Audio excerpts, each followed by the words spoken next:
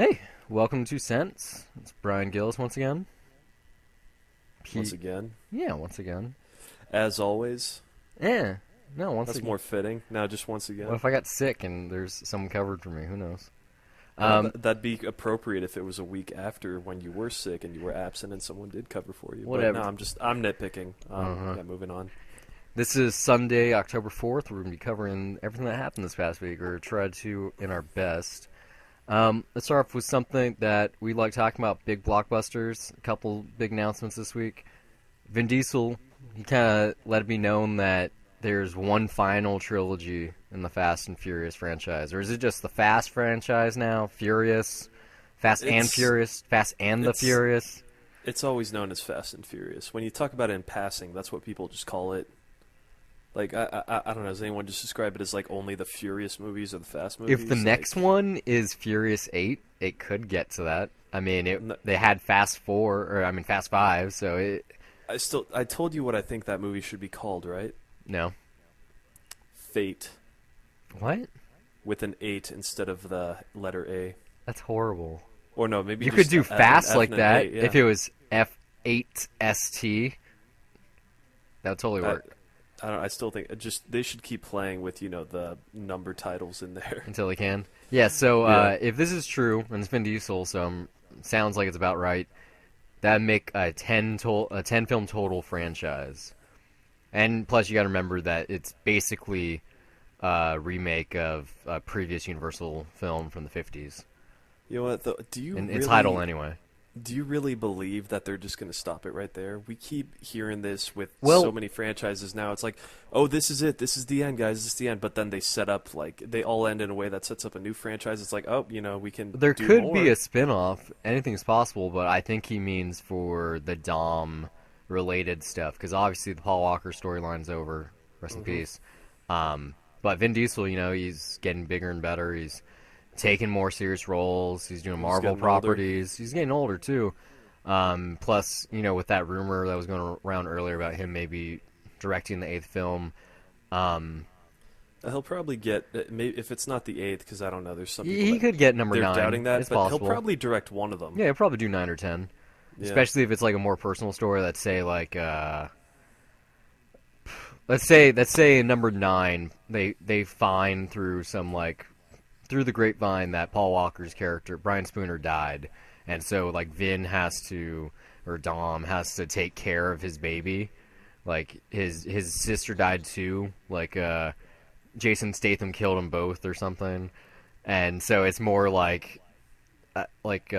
raising a daughter type thing in the car, and then she turns. And the 10th one, it's like all super wacky, like Herbie the Love Bug, and she's like a really good driver or something, even though she's like 7. Like I could see him direct that one, but they're not gonna give him the Kings of the Kingdom. They're not gonna give him the super huge blockbuster with the astronomical budget, especially when he's probably, I hope, gonna start out with more indie fare. But it's all speculation. Yeah, I mean, who knows really where that franchise is going? Like, I'm still just waiting for them to go to space. It's possible. I'm just waiting for them to say fuck it and like, at the very least, like have someone touch the atmosphere with a car. What if they go like the opposite and they like because they decide that driving's too dangerous, so they just start like doing online like racing simulators instead. Oh my god. It's a perfect interactive VR experience. That for that sounds franchise. like a joke. But there's news that broke you know this what? week. I really wouldn't be surprised. I see where. Okay. No, there's news that broke Yeah. this week. Sony has tapped the writers, the brothers that wrote the Red films, and they did a couple other things too. They're going to be scripting the Gran Turismo adaptation, and supposedly that is part of the plot, that there's someone who races on Gran Turismo, which is like, the ultimate racing simulator or whatever you want to call it, and they become a real race car driver. What if Universal beat him to the starting block, I guess you could say. All right. I believe it. I guess somehow I'm not surprised, but I don't know how to react to that. That Gran Turismo movie actually sounds like it might be interesting. It's being directed by Joseph Kosinski. So Oh yeah. yeah, so I mean, he obviously has vision. He knows how to handle a camera. Mm-hmm. So Yeah, that's really all I got. Is that could be interesting. I'm guessing. Well, I don't know But where his Black Hole remake is, but I think that's still his next film on his slate. I But thought who knows? it was supposed to be the third Tron film, but then that Yeah, got shut down. exactly. Like, so he has two possible productions at Disney, and no one knows what's happening. But back to blockbusters. More news is coming out of the Transformers writers' room. Apparently, the Kiva Goldsman ran thing that has everyone in it. They've planned out the franchise for the next 10 years. Oh Jesus Christ! Yeah, so they have things plotted out up until an eighth film. You know what? Let me ask you this. Okay, so 10 years. They got what? That's 5 films, I guess, that they're planning on doing already. 4. 4. Yeah. All right. So we got that. DC has their slate announced up to So like 2020. 2025 or something like that. Yeah, Yeah. Marvel has the same thing. Like, do you really expect that these studios are gonna reach these just the finish I'm screwing up this I think question. so. Basically, do you think that they're gonna make it? Yeah. Do you really? I mean, does I it mean, not Transformers seem like, makes money even when it's bad, yeah, but I'm and just so does Marvel, and presumably DC. I mean, Green Lantern didn't make bad money. I know I might be in the minority here, but we've just been following this trend of massive franchises for so long that I'm just wondering, when is the burnout going to happen? There's been in a couple of weeks anyway. There's going to be 24 James Bond movies, so I don't think the 10-year thing is that far off. Well, even then, though, I don't know. James Bond, for some reason, that's always been serialized, and it's never felt Well, less so now. They do actually, getting Yeah, it feels like there's more directors time back taken in and between more that. more serial. I mean, yeah, it's more of a franchise that's about quality as opposed to just shoving it out there. There's no rush on a Bond film. So I don't know, and I guess that's all we see in the news is just stuff about comic book properties and a toy franchise in the case of Transformers. So I'm just I don't know. I'm not I'll be surprised if we actually fall through with this, but at some point, this just has to fizzle out, doesn't it? Who knows? There really wasn't that much aside from China. Yeah, I mean, if the box office numbers are any indication, no one really cared that much for the fourth Transformers. It has star appeal still. You got Michael Bay and Mark Wahlberg, and they're probably which are both very bankable. exactly, and they're probably both going to come back. So that's really all you have to have. You get those guys. You have Optimus Prime and Bumblebee, who seriously needs to get his fucking radio voice box fixed at this point. I mean, It's been 8 yeah. years, and they can save the world 4 times, but they can't fix him. Kind of weird. I don't mind that. I think that's part of the charm, for that series, the is that you gimmick. can't talk. But then, at the end of the first movie, it ended with oh, you can speak now, and then every time that they keep going, it's oh yeah, you're having voice problems again, huh? Yeah. All right. Well, good luck with that. I mean, it's never consistent, which is probably the biggest problem for that franchise. You know what? That's probably the best thing I can say about them having it planned out for the next 10 years is at least there should be some consistency from now on, as opposed to just them having to make up some new crap for a sequel as they keep going. Anything's possible. They were saying they've also plotted out for spin-offs and tie-ins, which I'm still waiting for. I want to see a G.I. Joe Transformers movie. Everyone wants to see that. That could be so good, especially if you got Justin Lin. Because, it was hit or miss on that first film for some people. I thought it was really fun. The first G.I. Joe? Yeah. Yeah, no, I liked it. It was kind of like a live-action cartoon, and that's about as seriously as I took it. But I had fun watching it at the ended time. really well. It had, a really good setup for a second film, and then the action Retribution was good. But it seemed like a whole new franchise almost. I mean, there was that I technically never saw the final cut that's out now. I just because I went to a test screening You see it in 3D? And this was back at the time when when they delayed the movie, and that was a big part of that I assumed why was because a lot of people were reporting from screenings that it was bad, so they decided to delay it for a 3D conversion. And yeah, I kind of ended up on that side, but I know a lot of people do actually like the movie that came out, so Well, maybe at some point I might have to see that. But yeah, I was not a fan of what I saw. the best part of the first film was like the backstory of Channing Tatum and Joseph Gordon-Levitt. And He's spoiler, a real American hero. oh yeah, spoiler, they kill Channing Tatum in like the first 10 minutes of the second film. And They don't hide that. That's in the trailer. oh, I don't remember. Anyway, in the cut that you saw, I don't think he was even in it for like more than 2 minutes. And that was part of the reshoot, just kind of expanding his character and giving more fan service, apparently. So they replaced him with The Rock, which is a good replacement. But like, they also didn't get JGL back, so I don't know. Who knows? Like, Yeah, he wasn't Cobra Commander, which it was really weird. Yeah, I know. He's moved on to better things like The Dark Knight and Not necessarily The Walk, but yeah.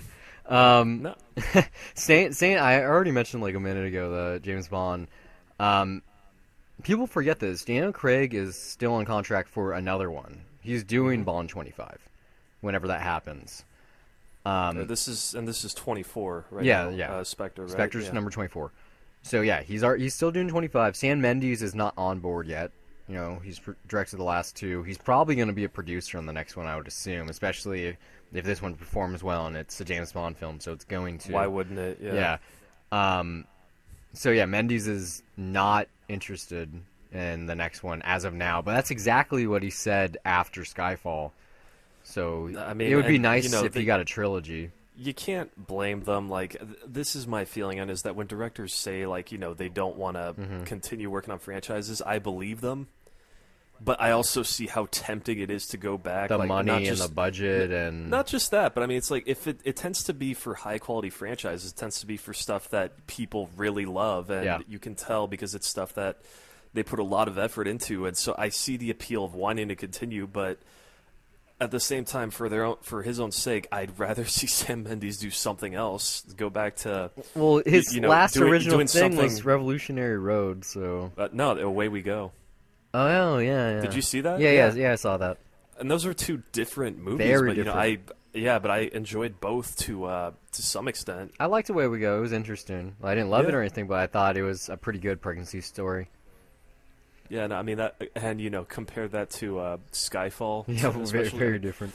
Yeah, it's like I like that Sam Mendes does different stuff. I need to see Road to Perdition. You definitely still. do. know I think you should read. Yeah, the that was the comic, movie too. that people said I should see if I wanted to see what a Skyfall or what a Bond film would be Yeah, like from him. well, that's sort of. I mean, it's more Prohibition era, like gangster stuff. But like just comparing that to the one that preceded it, American Beauty, like just very diverse filmography. So he can do a lot. So it'd be interesting to see what he does next. I just think it was interesting. I brought this up because for the last 4 or 5 months, like a year almost, there's just been speculation on the next Bond. It's like, oh, is it Idris Elba? Is it gonna be who is it? Blah blah blah. Like, it's almost as if when people were talking about the next presidential election before the debates even happen. That's kind of where we're at. Like, Yeah. we're You know what I want? uh-huh. I want it to be an unknown. That'd be I don't nice, care- but it's not possible. I don't care. Yeah, I don't care what they're. Well, I mean, to some extent it is because Daniel Craig, like He was the guy known that you knew and well. stuff. Yeah, he wasn't that well Well, I known. mean, that's though. usually what they do too. Like they. I mean, they- that's what I mean when I say unknown. I think it's so- always an unknown. Like, well, not unknown, but like you said, like they're in this and that, and then it's their big break as James Bond. I mean, I was too young for Pierce Brosnan, but you can go on IMDb. It's not like he really had anything before it. Same for Roger Moore and Sean Connery and. Yeah, I mean, just my point is, Lazenby. yeah, that's really how I want to enter a Bond film. Is I don't, now I know it's Daniel Craig, but Uh-huh. when I saw Casino Royale, I did not. I may have seen Munich, I may have seen Layer Cake at that point, but I did not know him as Daniel Craig. So what I wanted to see was the character on the screen. I didn't want to think in the back of my mind, oh, I know who this actor is, because that's the one thing, and you can't do anything about it. But that's just what I hate about knowing who movie stars are, and you just Marvel see in them particular. As, yeah, it's just like I don't know. For Guardians of the Galaxy, I didn't know Chris Pratt as Chris Pratt back then, so I saw that as Star-Lord. No, Now, anytime I see him in Parks and anything Rec else, for I so keep seeing long. Star-Lord. Yeah, so that was different for you. Yeah. But But I mean, you get my point, No, right? definitely, It's like if it's an unknown, if it's someone that not everyone It seems not less everyone of knows yet. yeah. It seems like less of their take on the character, more just a new version of it. Yeah, Kind of like it's just Doctor Who. someone, it's someone who's got something to prove, and you're just seeing the character on screen for the first time. And if they do a good job, then people are going to leave going like, "Oh, hey, who was that? I want to see more of their stuff." So that's how I hope it goes down. Yeah. But Daniel Craig, he's talking about being interested in number 26, so we'll see what happens. I'd like for them to. It seems, based off of what everyone knows about Spectre, that they're setting up like a Blofeld type thing. Like you just think? kind of just like the octopus symbol, and that they have a big baddie in it. So the next one, I'm sure, would branch out of that and get into some more whimsical stuff with like the big gadgets and international touring and all that. So maybe another one, not obviously 25, but maybe 26 would make sense, because I want them to do the handoff that in a way that makes sense, just in how they did it between Brosnan and Craig, like having the reboot. I'm sure they'll figure it out when they do. So let's move on. Something also Sony related. News this week about an animated Ghostbusters feature. They're really milking this franchise, and it has been proven to be a good one since the mid '80s.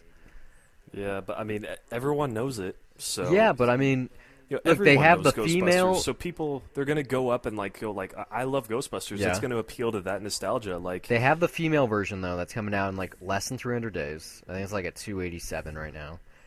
Well, it's what, next June? Yeah, I believe so. Yeah, it's next summer. They have the male version possibly happening. The 21 Jump Street possible crossover. And then we have this animated one as well. So I get what Sony's doing, especially because of how bad this year was for them. Like, just try to find what works and milk it. They just lost Spider-Man, which was their biggest. Well, franchise. I wouldn't say they lost it. Like if you look at it from a business standpoint, all Civil War is a big teaser for Sony Spider-Man movie, because they get all the money for that one. Civil War is just kind of like built-in marketing. So that's the deal, though. It's 100%. Like, I know that they make the movie 100%, but Marvel has to be making some money back from that, don't they? No, I think it's the other way around. I think Sony makes all the money, but Marvel is making it with them. Like, Kevin Feige is like on the board with Amy Pascal, and like they're making the decisions together. Like, I thought that's what was happening with The Amazing Spider-Man, because Kevin Feige was a producer on that.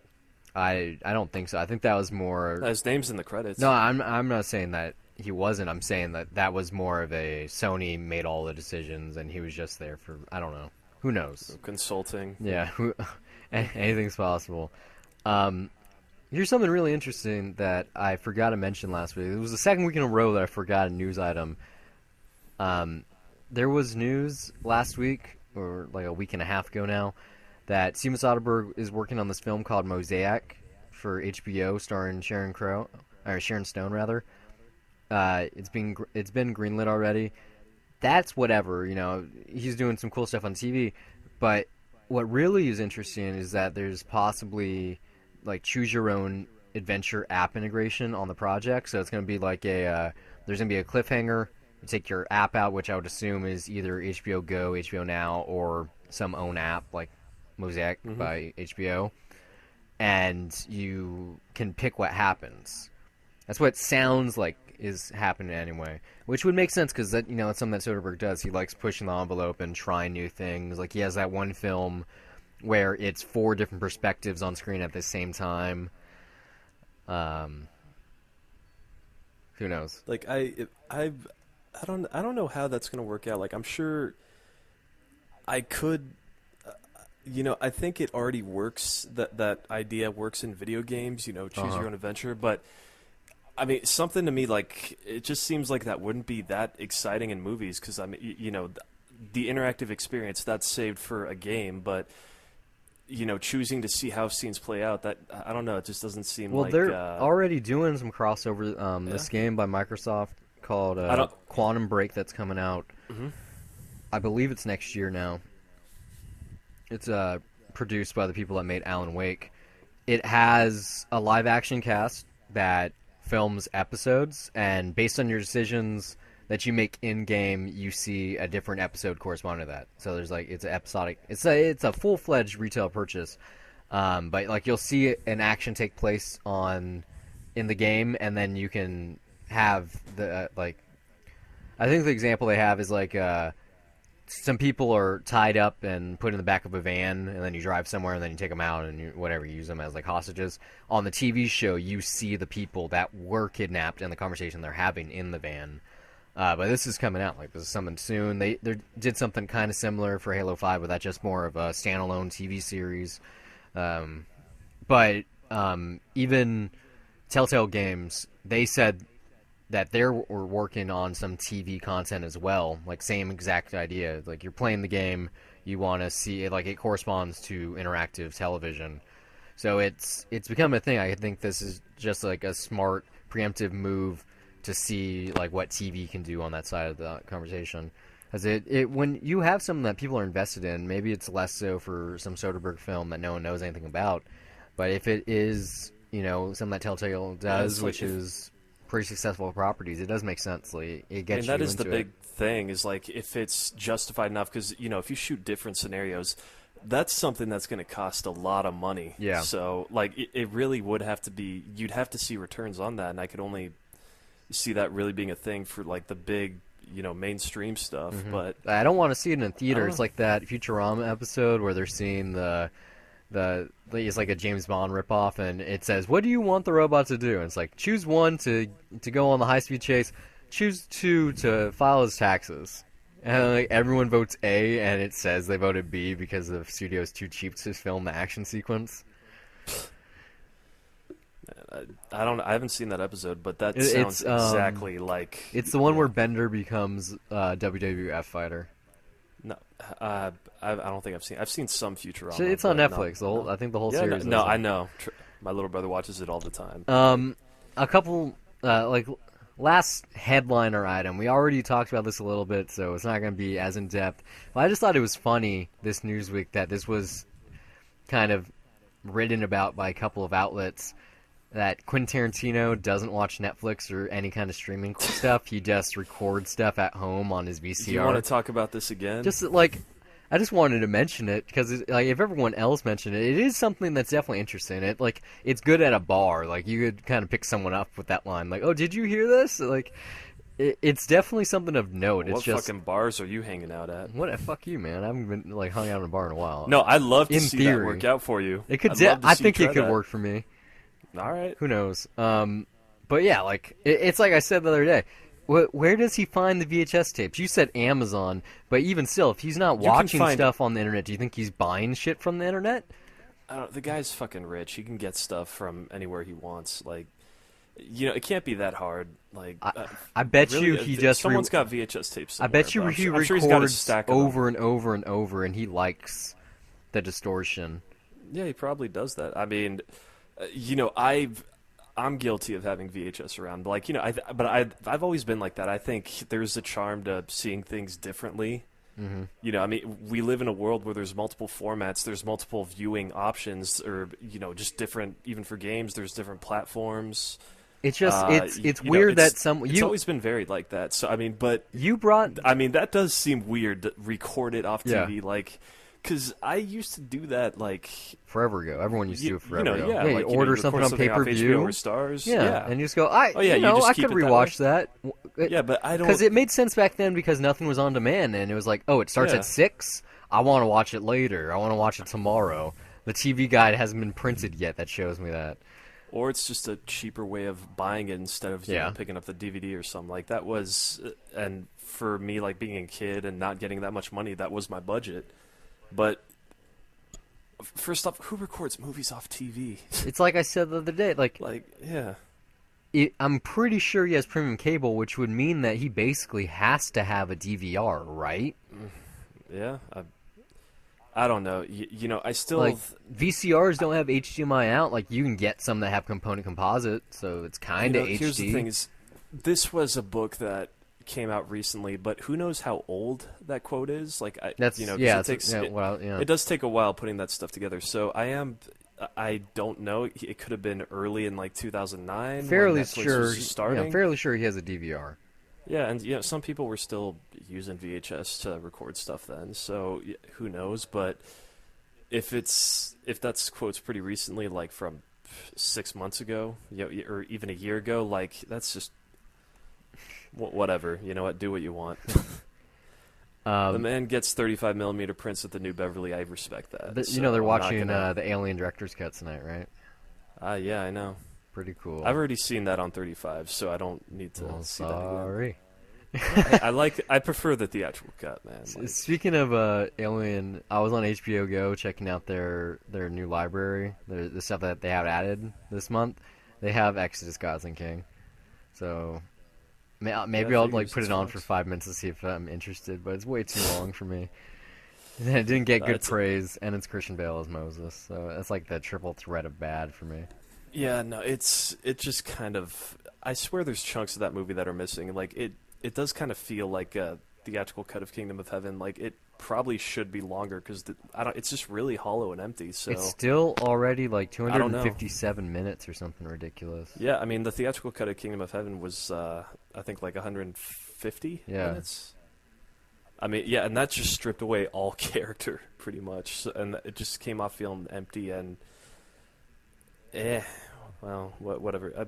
You saw the director's cut. Yeah. You agree that's a much better movie. Well, I Without can't say even knowing what better, the but theatrical- yeah, yeah. But you agree that that's a yeah, good in movie. our conversation, which we have a podcast for, Debt to Cinema 002. Check it out. Probably our best episode to date for anything. Yeah, I think that just those two, like I like where that's going. Well, It's a good series I don't so want far, to. yeah. I don't want to jinx it early. Yeah, on, we all that jazz. we so- have all that jazz coming. It's probably gonna I'm be worried live that- on Tuesday or Wednesday.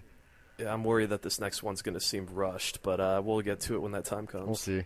So let's jump into like studio-oriented stuff. Paramount is going to remake The Man Who Shot Liberty Valance. Well, maybe they're thinking about making Valance, whatever. Valance. Call it what I want. Valance. They say It's pronounced Valance. Look, when the legend beats the fact, print the legend.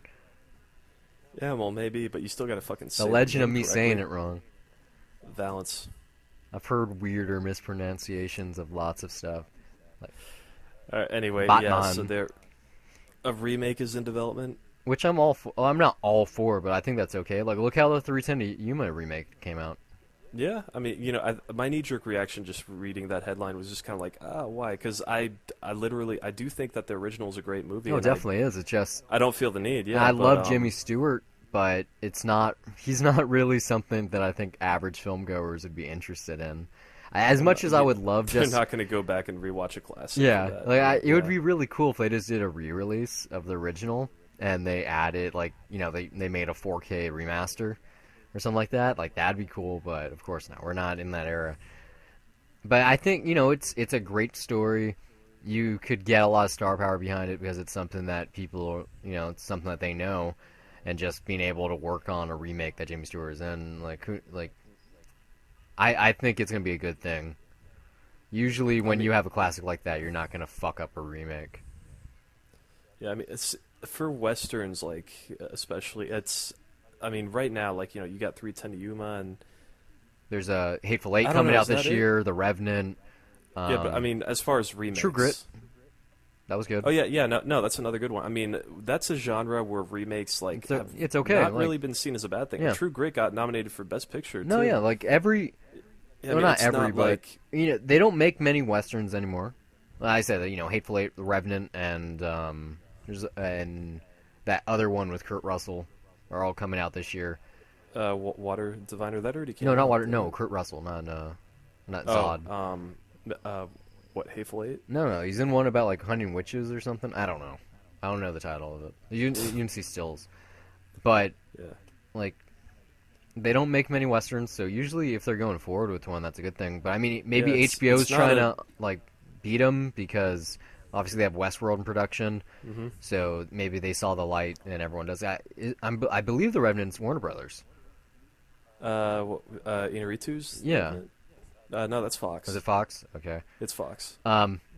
speaking of westerns in Westworld, did you see this thing about? It's been kind of shot down now, but there was apparently casting notices for extras for Westworld that they would have to have genital to genital touching for scenes, which like goes against SAG-AFTRA contract rules. Huh. But yeah, HBO said it wasn't from them. SAG like said, "Oh, we've cleared the air. This wasn't true." But it Yeah. definitely was something. Okay. It could have been a hoax. I don't know. But I was like, that's like, because I mean, HBO, they don't shy away from the nudity. He's like Gang of Cocks, like. I know. I mean, that's like But Lars von Trier. yeah, like territory, that's. I've been all for that. That'd been cool. I don't know exactly what they were thinking of, like, 'cause that doesn't mean sex. It's like touching. I don't. It's like dudes like standing like elephant to elephant. I don't know. though. I guess we'll know when we see it. Yeah, Like, it might just be some bullshit, but I think it was. I think it was. It yeah, was just. I It was mean, good publicity.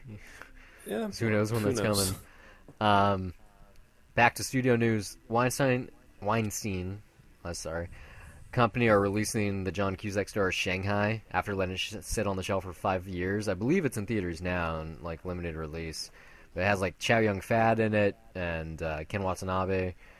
I don't know anything about it, but I know that it was on the shelf, and usually that's a bad sign.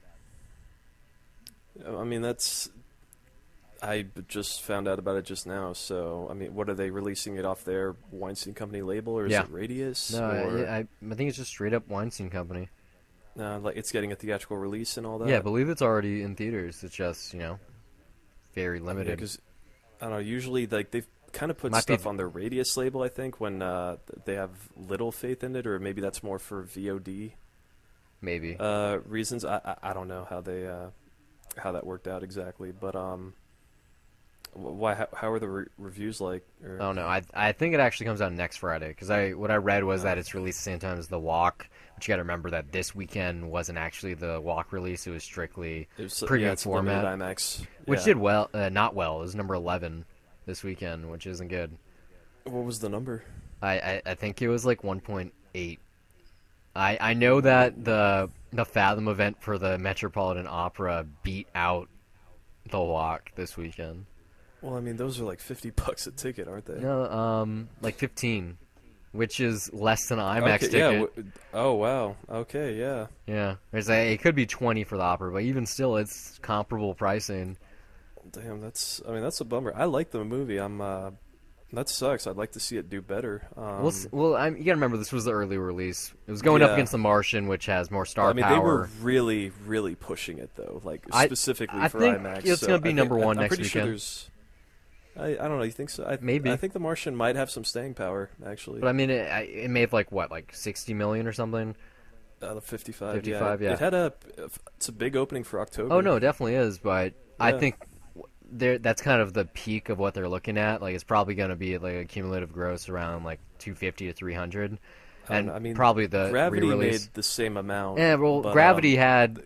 You saw The Martian, but Gravity had the whole. Oh my God, the camera work thing behind it, whereas this seems like more of a straightforward, yeah, isolated man story. I got you. Like Gravity, yeah, it was sold as an experience. Yeah, like The experience, Walk. and that was what delivered. Yeah, but I'm pretty sure that The Martian will stick around for a bit longer. Like that's absolutely a crowd pleaser. Like it'll. I'll find out. I still want to see it. I mean, what is there? Pan playing next week? Yeah. So I mean, that's good. That's a good thing for 3D though.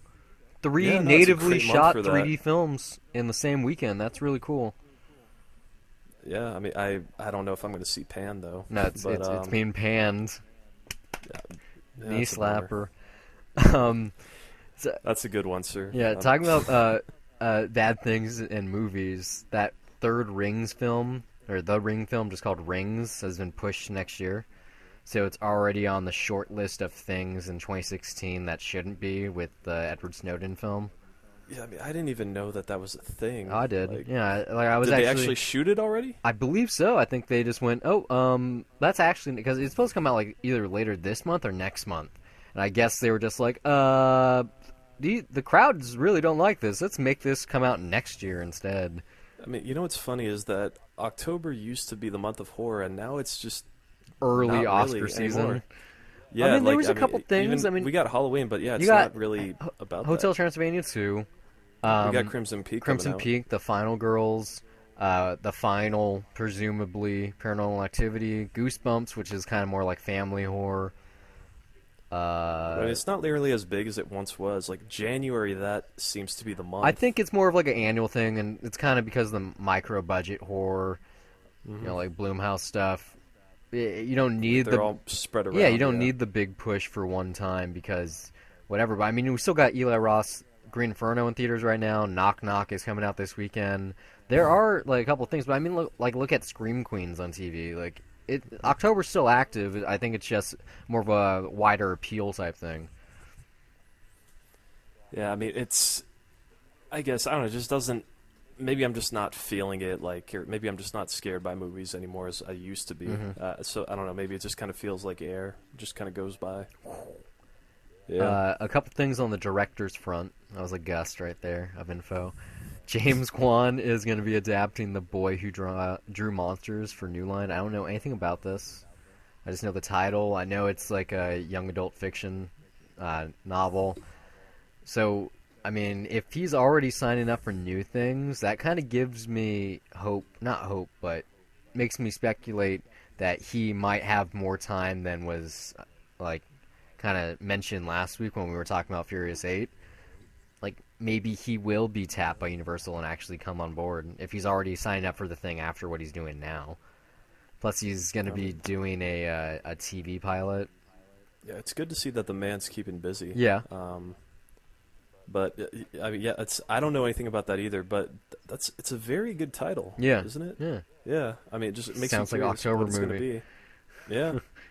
That sounds right up his alley. Yeah, another director thing. Forgive me for not remembering the name because it doesn't really matter. One of the directors of John Wick is leaving I don't the know. sequel to film a spy caper, which is kind of interesting because I think they've only been, I don't know if production actually started, but it's shooting soon for John Wick 2. It's shooting this fall. Yeah, Yeah. so, I mean, we're already past that point, actually. I mean, you kind of, well, most people know it that should be starting up. their yeah. collaboration was based on them being stunt choreographers, aka gun fu people for the Matrix films. So I don't know if you need both, and I'm sure there's still going to be some kind of relation to helping out. But I think that's kind of a good sign, like having one director for a flick. I don't know. It's like, I mean, who knows? I'm not. You know that I don't care about John Wick, yeah, at for all. some reason, But yeah. I mean, so, but yeah, I mean, yeah, you know, hey, that's some people like it. I thought it was pretty boring, but I don't know. You know, this is only one movie made by these guys, Yeah. so we don't know if they're both talented or if there's just one better half than the other. You know, we just don't know. But I mean, it could be like the idea of having Neville, Dean, and Taylor split up, which I don't know. I guess they did. And I don't know what movie they're doing next separately, but we'll see how that turns out. But I mean, there are some successful splits in directing duos. yeah, I mean, it's not a bad thing. I'm not, like I said, it's not about something I care about really, but yeah, whatever they're working on, you know, hopefully John Wick 2 will end up being better for my sake, or at the very least, it'll entertain the I still want the audience for the prequel. first film. I want the just a prequel or a TV series that just takes place in the hotel, and the maitre d is the star. It's like his day-to-day operations of running the Assassin Hotel. That would be amazing. I'll leave the John Wick fans alone. Um, They can have their cake. Matthew Vaughn is signed on for his next project. It's called I Am Pilgrim. I'm assuming it's for Fox because that's kind of where he's based in. He's doing well for them. Yeah, I don't know what's the anything deal about with- this either. What's the deal with Kingsman 2, though? Is that I what's don't. happening first? I don't know. I think that's probably at the same place where like Kick-Ass 3 is. I mean, Kingsman did really well, so I don't know. Like, you know, that's always that's the impulse right there, is to try to milk the shit I out of didn't any put it on this successful movie you show. have. It's not on the list. But the star of Kingsman apparently is like in a bidding war right now between Fox and I want to say it's Warner's. I'm not sure, but I guess he's been looked at for like a couple of projects. One, I would assume the Fox one. Like I said, I didn't read the story. Would be the Kingsman sequel, and who knows what the other thing is. No, I didn't hear anything about that, but Yes. I hope he gets more roles. Yeah, Man, so 'cause that guy was yeah, good. it was pretty. He had really good charisma. I liked him. Yeah, Probably, I could. I mean, this isn't like typecast or anything, but I think his ruffian stuff in the beginning, I think that could work really well, especially if he was doing like a drug dealer role or just something on the streets, like I don't know, some street racer. that's who the knows? cliche role, but I mean, he could do better than that. You never know. Yeah, I got no clue. Could be a gentleman. Yeah. Yeah. Two more things on the director side of things. Alexander Payne, his next film, Downsizing, has been announced. It's starring Matt Damon and Reese Witherspoon. It's being distributed by Paramount, so that's a good thing. I really like Nebraska. I mean, yeah. Plus, it's Alexander Payne. Yeah. mean, I still haven't seen anything he Citizen does. Ruth, by the way. I know. I haven't either. I haven't seen Don't say the election. movie that was the one I was thinking of. I have not Oh, seen you, it. you should check that out. I know it is on the list of shame. It's I'm pretty sure. It's on the or not on the. It's great for this time of the year because politics are ramping up. Just really good high school politics, like farce. November 2016. That might be the good time. Oh, to definitely be watch a great time. Anytime's a good time. It's a really, really solid movie. Not my favorite of his, but really good. More important, and this is like the biggest item of the week, I think. Taika Waititi, the director of What We Do in the Shadows, and I guess you could say the star, the best vampire in the movie. It's been all but confirmed that he's going to direct Thor Ragnarok, Yeah. This which is is why insane. I don't know. That's a weird choice. Like I don't know what has Marvel said about it because I'm reading headlines that say, "Oh, he's the guy," and Yeah. then you read the article and it's like, "Oh, he's being talked about, maybe being that guy." So I don't know which one. There it was a is. couple things that happened. I checked his Twitter, there was nothing, but I read an article that said that he basically said, "Oh, who flabbed?" Like basically saying like, "Oh, it's me," kind of in the same way that Ryan Johnson announced that he was doing episode 8 with that clip from The Right Stuff. which was brilliant. Really cool. I thought that, or not. I thought one thing that I read, and this is like a good source of credibility to this. He's working on that Moana movie for Disney that's starring The Rock. Like he helped script it, so that means that he has a good not a good collaboration. Connection. He has a good connection with Disney, and so that would kind of make sense that they would want him on board for something.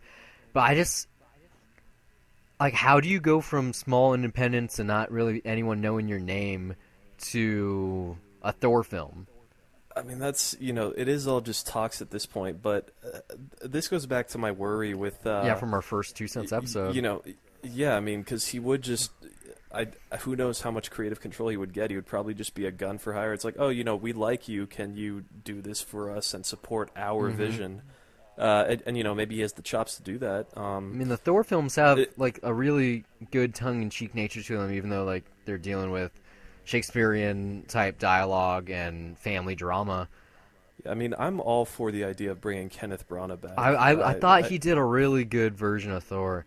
I mean, that's my favorite movie in the MCU. It's really fun. Yeah. I want to rewatch it. Yeah, no, I mean, I would love it if just the Shakespearean quality that he brought to that. I mean, because you think about it. Yes, it is a Marvel movie and it's silly, but the way that he handles the drama, like I really, really like how it plays out, and I love those. I love the Dutch tilts. I know some people hate them, but I love them. Depends on the movie. I haven't seen. I only saw Thor once, and I want to, like I said, again. But I don't know. I really like to see Branagh come back for something. Yeah, it's a fun movie. I mean, he knows how to do the epic tone and all that jazz. That's all I got for directors. I got some TV stuff. This is tied to the last item. ABC announced that they're making a 30-minute sitcom called Damage Control, which is based on a Marvel comic book. The premise is that there's a group that's responsible for cleaning up messes that superheroes make. So like a big battle broke out. Like apparently they have like a role in the Civil War comic book line. But like a battle breaks out and like all the dead bodies or destroyed buildings, like they're the ones that come in and make things look nice. And I would assume that like cleaning Spider-Man's like web slinger stuff is on that list as well. Yeah, well, we've talked about this, haven't we? No. I mentioned Like, the yeah. DC show called Powerless. That's like the Office Okay, yeah. based sitcom. So it's interesting because up until this point, the Marvel stuff on ABC has been strictly 1 hour drama. You got Agent Carter and Agent of Shield, which is like big time drama now. And then obviously the 4 shows on Netflix, which are also hour-long dramas. So it's interesting that they're kind of switching their perspective here, especially when you think about, like, I think the Marvel movies are known more so for their comedy than their drama. So could be a good thing. Who knows? I'm sure it's gonna have like the pilot's gonna be happening at the same time the DC Powerless show is too. So who knows what's gonna happen? But I think it's an it seems interesting like premise. that seems fitting for like a 30-minute, comedic show. Yeah. Which We'll see how. I that mean, the goes, way though. that they get cameos and like connected storylines on their TV shows, it would make sense that this would too. I doubt they would get someone like Robert Downey Jr. make an appearance, but you could definitely have just the suit and someone else in it. Probably, yeah. Or I mean, he could just do ADR, maybe. Maybe. I doubt it. Like, he's Yeah. too big for that. Similar territory, and we've already talked about this privately. A possible Watchmen TV show on HBO. Yeah, I'm whatever. I mean, there's preliminary talks with Zack Snyder, which I have no I clue think- why he's doing that when he's already working on Batman versus Superman, and he has the 2 Justice League films down the line. Like, does he really need another directing gig when he's already directed plus- a Watchmen movie?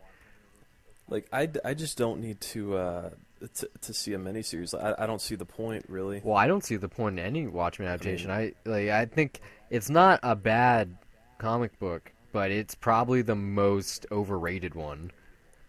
'Cause if you ask someone, "Oh, have you read a comic book before?" They're probably gonna say they've only read Watchmen, or if you ever get in the argument of, "Oh, graphic novels are actual literature," they'll say, "Oh yeah, isn't Watchmen like that?" Watchmen is it's Citizen Kane. Like, that's Yeah, the one yeah, no, that's yeah, on that it's- list. I mean, I don't hold it that high, but I still think it's pretty. Oh good, no, though. it's good, but yeah. it like when I talk to someone, they're like, "Oh, I've never read a comic book. Where should I start watching?" I'm like, "No, don't start there. That's once you've already understood all the tropes and how things work, and theories and like Yeah, all that then stuff. Like, it'll be surprising. yeah, then it makes sense because it's Everyone, like, whether it's the movie or whether it's the novel, like, there's the average person never comes back liking it, and they always keep saying the same thing. It's too political. supposed to be political. Like, yeah, I know, It's but that it's seems Alan to- Moore. That's his thing. It's like, oh, did you not see that V for Vendetta movie Yeah, but V for Vendetta had action, man. in the movie? That's the excuse. I haven't read V for Vendetta. So moving on, I read very little. staying on the TV guide, NBC has ordered an interactive game show based on the Quiz Up series, or the Quiz Up game to a series. So I don't know how that's gonna work. I'm assuming something kind of similar to At Midnight that has fan interaction every episode.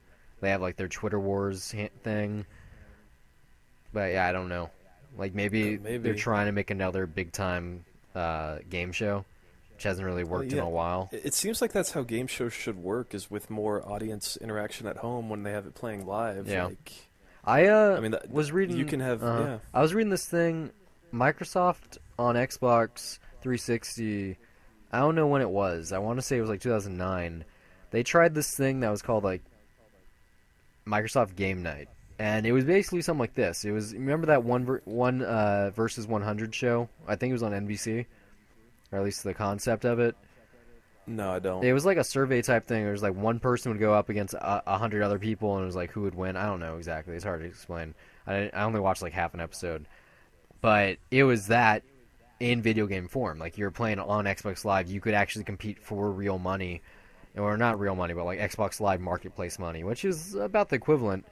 And like it was a real game show. I think there was only like a couple of episodes. It didn't last long. Like maybe they'll bring it back down the line. Who knows?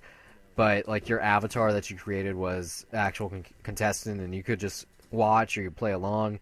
But yeah, I think interaction, if they can get it right, because it gets tricky when you think about like there's no such thing as live TV anymore.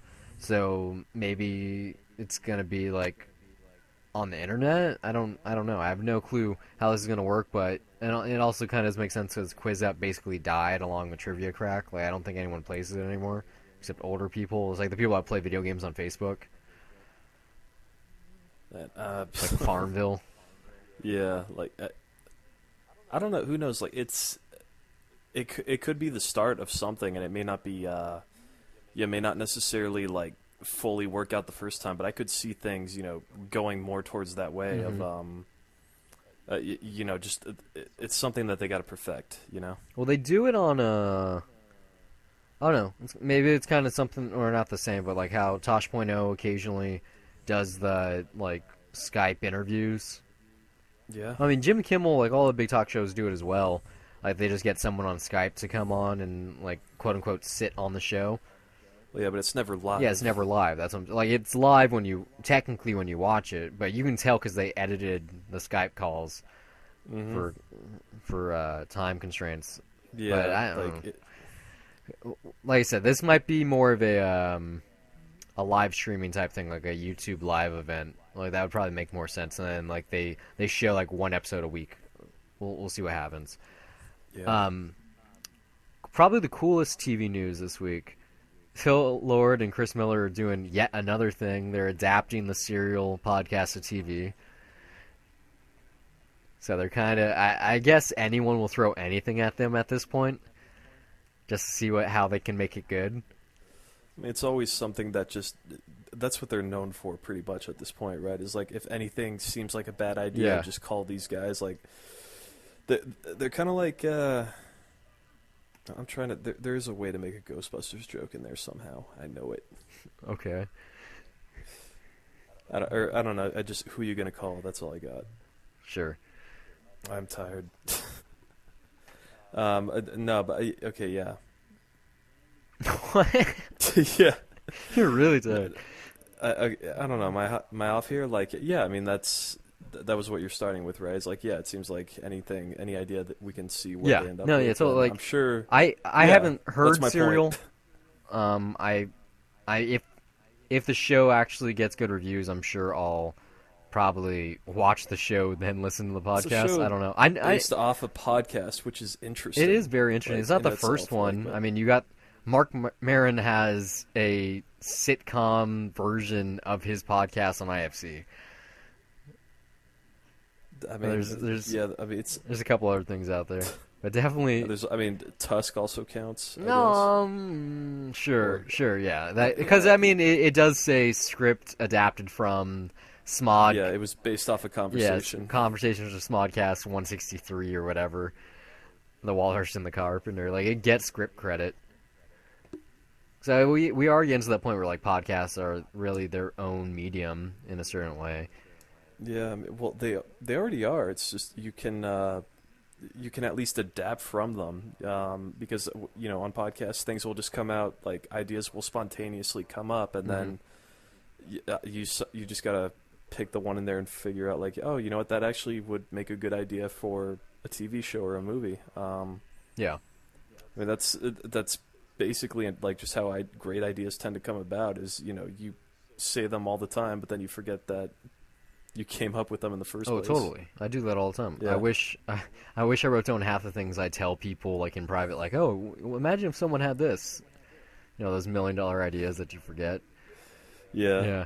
Yeah. That's like I take notes on my phone all the time, but it's always like there's like 3 months where I do it, and then 3 months where I don't, Yeah. and I know I'm like just missing a bunch of stuff because I'm lazy. I got one last TV thing going on here. Fox is making a Lethal Weapon TV show, which I think could really work. It's interesting because Warner Brothers made that movie series.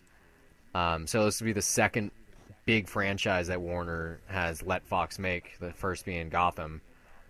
So I don't know. I'm for it, especially like Shane Black like directed the pilot or something like that. I'm for the idea of a Lethal Weapon show. I just don't know if Fox is the best place to take it, or just network television in general. I mean, especially the last thing I saw that was, a network TV show adapted from a movie. That was Minority the Report. Minority Report, and Because you yeah, I haven't mean, checked even though out there was, Limitless yet for some reason. oh yes, okay, I'll get to it. I will get to it.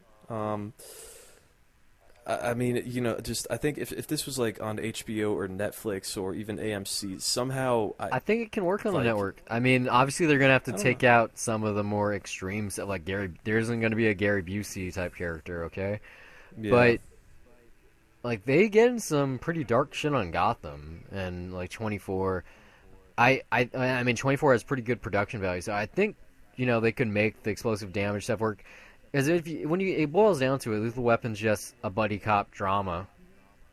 Like if you have good casting, if Riggs is good, and I'm blinking. What's the name of the other character? I forget, but No. What? Oh, Murtaugh. If you get a good Riggs and Murtaugh, like that is the show. In a second season, yeah. maybe add in the Joe Pesci character. Well, that was until what, like the third? Yeah, it's the third wasn't movie. it? Yeah, I mean, I don't know. I'm far more As I said, second season. negative to. I'm far more negative to the idea, though. Like, just I don't. I mean, it's- look at the other films that are being adapted I guess it's 'cause- right now. yeah. You got Training Day, Friday the 13th, The Notebook, Behind Enemy Lines. What? Uh-huh. Did you just say the Notebook? Yeah, The Notebook. Like, we already got the things on TV now, plus we got the future. Like, it's the new thing. It's the thing that people want to do.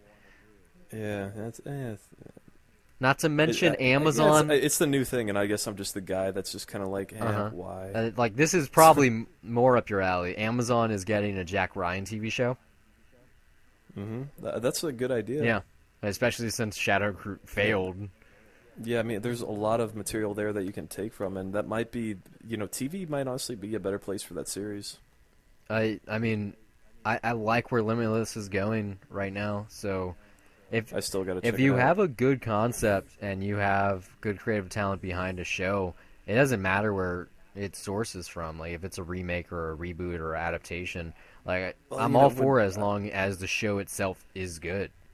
I do think, without seeing Limitless, like, you and I, like, you so more than me, but we kind of agree that, for a movie, like, that wasn't a premise that was necessarily it may have been better fit for TV. Well, I mean, it was a book, Whereas, so it made sense in a book and less so in a movie. Well, I mean, but it just seems like, for stuff like, for something like that, where it was a movie that was, fairly decent but not too memorable, and of course it's getting more praise on TV, it just seems like, okay, that might be the format for it. Whereas Lethal Weapon, well, I guess all you do need is just the chemistry between the two guys, but it's going to be very tough to rival or even match that. Yeah. Like, you see what I'm saying? It's kind of been I mean, Lethal Weapon is I really am revered by a lot of people. Yeah, but I'm really looking for excuses to be against the this last idea, one was 1998. It's been a while. Most people that watch network TV, it's the younger crowd anyway. They've kind of either forgotten or never knew it in the first place. Well, I mean, yeah, they're all 17 if they were born in '98. That's what I'm saying. Like, it's okay for the network audience. I guess, yeah. Talking about adaptations, get this. This is worth a laugh. The knockoff version of Lego Playmobil is making their own movie. So I guess they're trying to duplicate it. I don't understand that. Like, what's there not to understand? Who of even course they're gonna try to who even it. buys Playmobil? How are they able to afford a movie? I don't know, different markets maybe where they might be bigger somewhere else other than No, the US. Lego's huge everywhere. There has to be one place. I don't know. Like Playmobil's not even that much cheaper than Lego. I don't believe. It's just they look weird. I don't know. It's like I they're don't know. you've seen them. It's the sets that have like the circular hands with the big people. Like they're not teeny tiny. The things Lego that look size. like Lego except only not. Yeah, like you can tell it from a mile away. You're like, that's not a fucking Lego. Yeah. They're not bricks. I mean, is it really that surprising? Like the company, it's the company that I don't know. Are they a ripoff of Lego? Basically, man, Pretty like much. I Like want to I don't say know it's who an was there American first, brand. but I know Lego's been around since like the early '60s, whenever that plastic was created. well, that's probably how that company works. Is that they just look at what Lego's doing and they're like, okay, let's do our version I don't now. think they have a video game yet, so hopefully they It's stay every behind the boardroom times. meeting. Oh yeah, definitely. Um, moving on to some casting news. This is like really good news. Hopefully, especially because we just reviewed Kingdom of Heaven. Jeremy Irons and Brendan Gleeson are joining the Hmm. Assassin's Creed movie. Yeah, So that's like they have Michael K. Williams, those two plus Michael Fassbender, and Fassbender's a all that's producer missing for is the Ridley series. Scott. Like they got a very solid cast. Like it's already, without whatever other additions being made to it, probably the most solid video game adaptation cast that's ever been made. Yeah, I know. Let's really hope that this one, like, if there's anything that could, there's nothing about Assassin's Creed that really says video game adaptation. Like that could be It could be its any own movie, and medium, it yeah. could be awesome. Like, yeah. And I So know it's not adaptation. Like they're not doing Altair stuff. They're not doing the Ezio stuff. Like they're making their own assassin for the movie.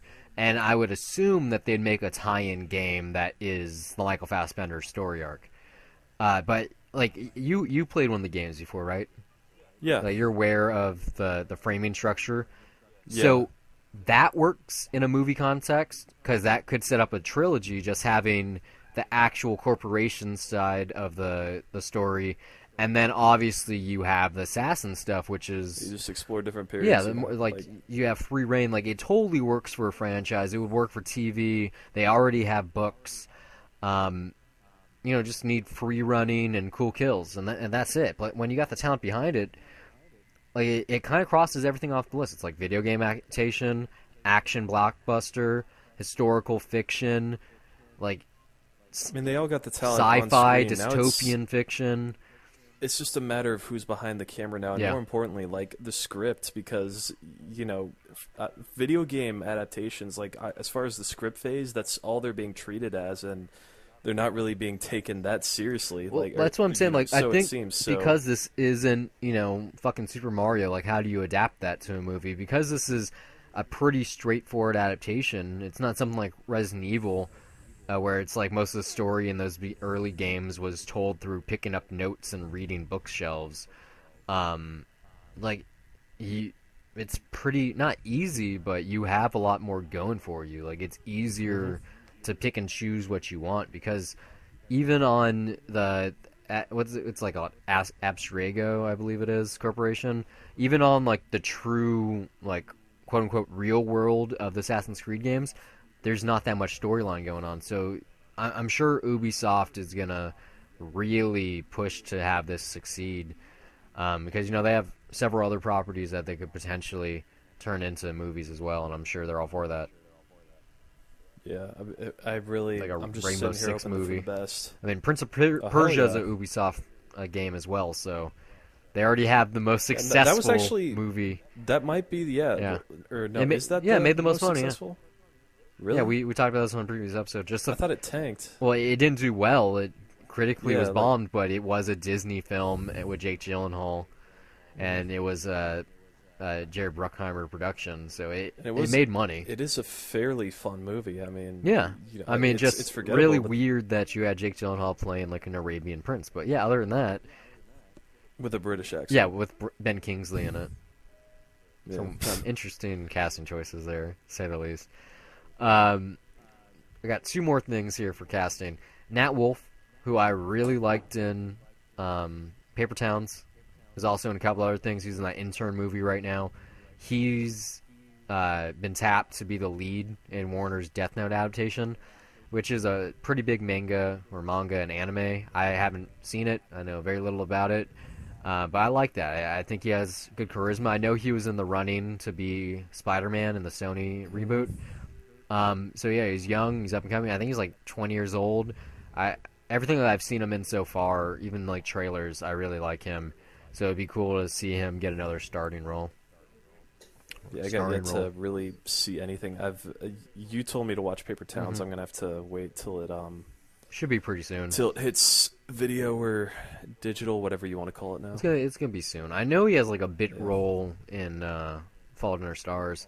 I like to see him in like a true rom-com. Like his Paper Towns is more of like a mystery road trip movie.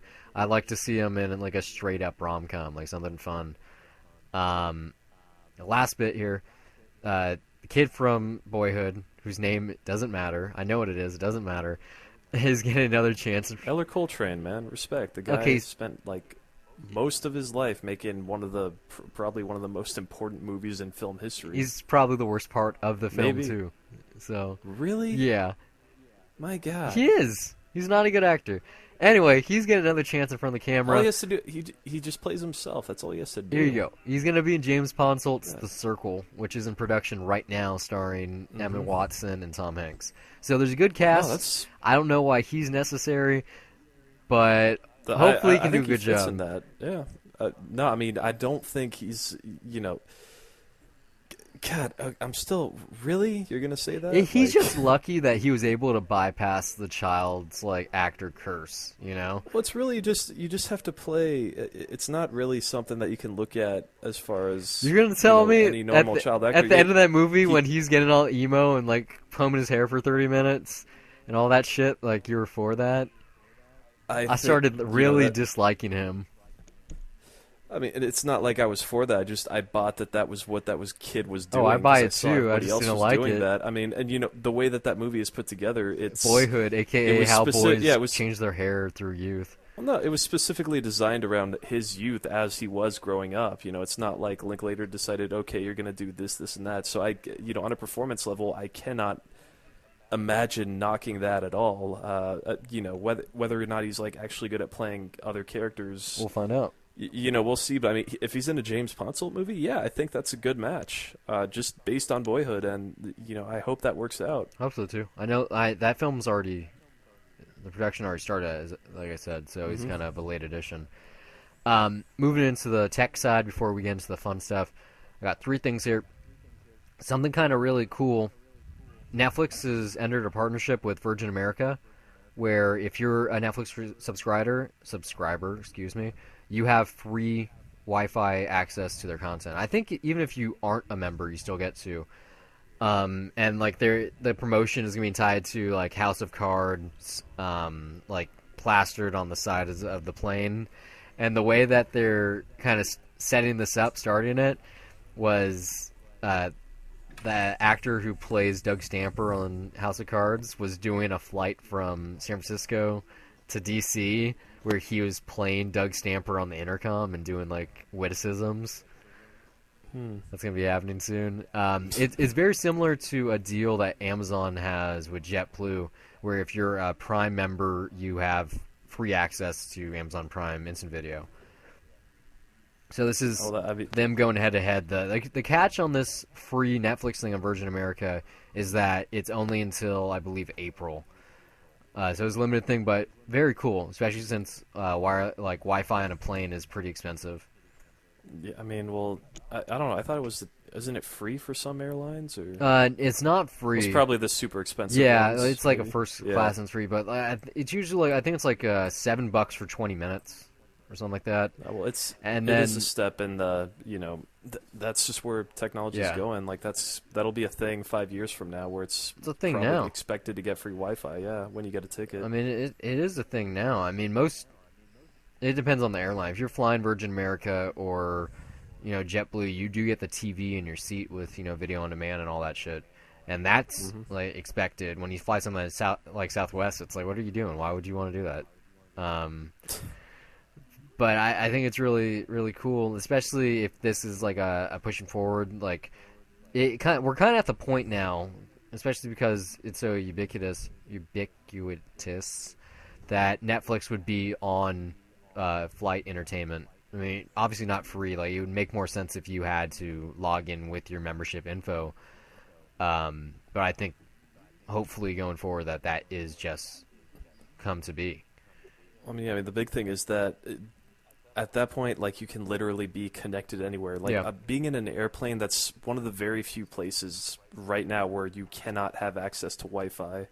Well, you That's in can, public, like, but unless you pay Yeah. like a top dollar. But you know, like you know what I mean. It's one of the few places like where you just can't Well, get if you, easy it's okay if you access. think. Look, So, I look, mean, look. You're doing a premium travel, choice. You're flying in the yeah, if you're sky. rich and you're paying premium, then Yeah, yeah, you can it's get like stuff you're anywhere. flying Like in the that's sky.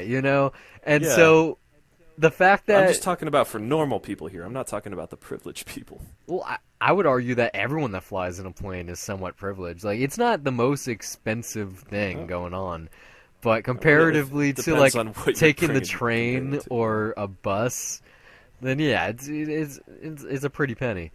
Well, yeah, but don't they have Wi-Fi for everyone on trains?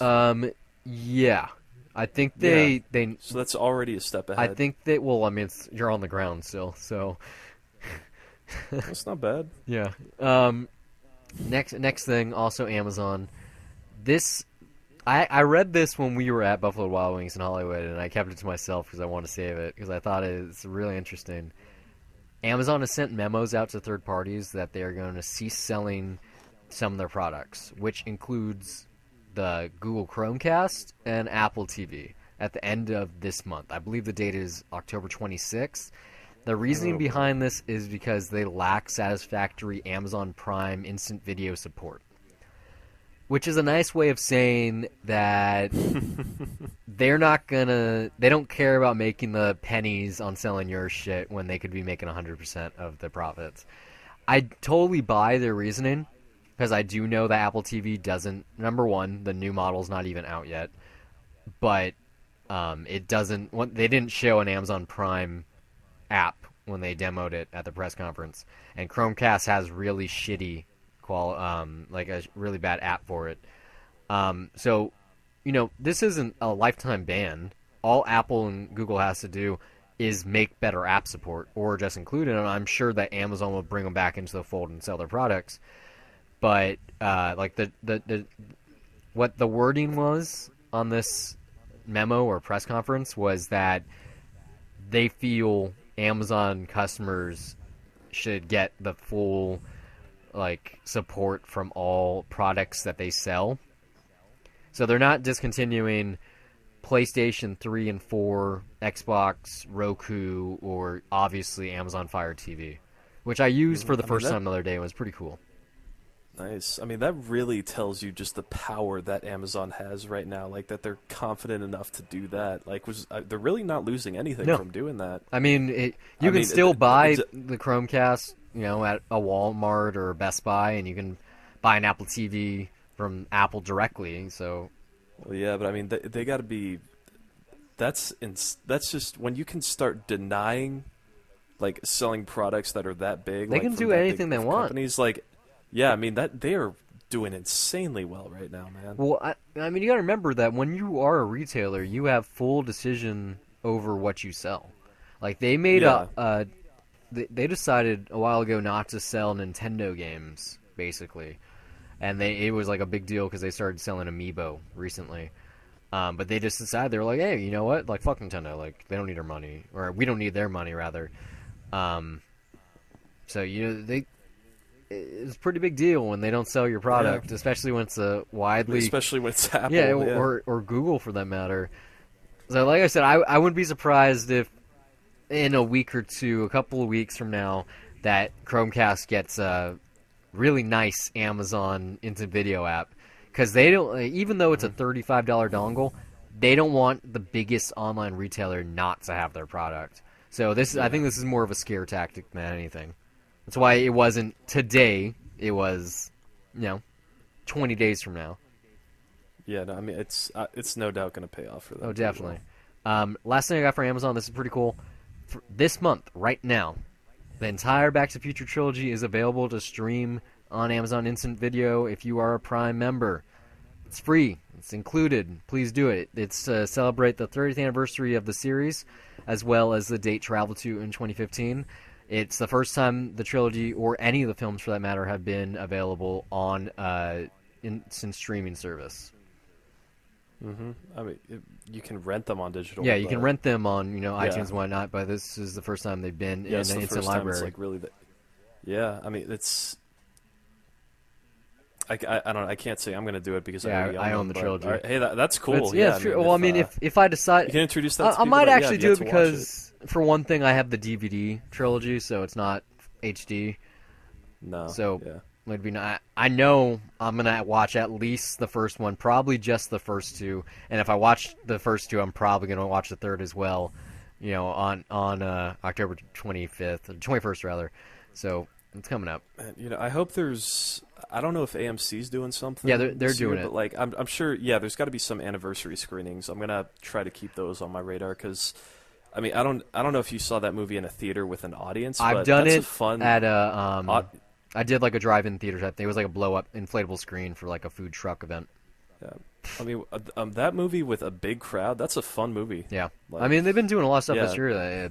They had the Alan Silvestri orchestrated stuff tour where they did the Hollywood Bowl and a couple other orchestrated venues. I know they're gonna have the Secret Cinema thing in LA soon, which I would assume it makes sense anyway. That would be on the Universal backlot.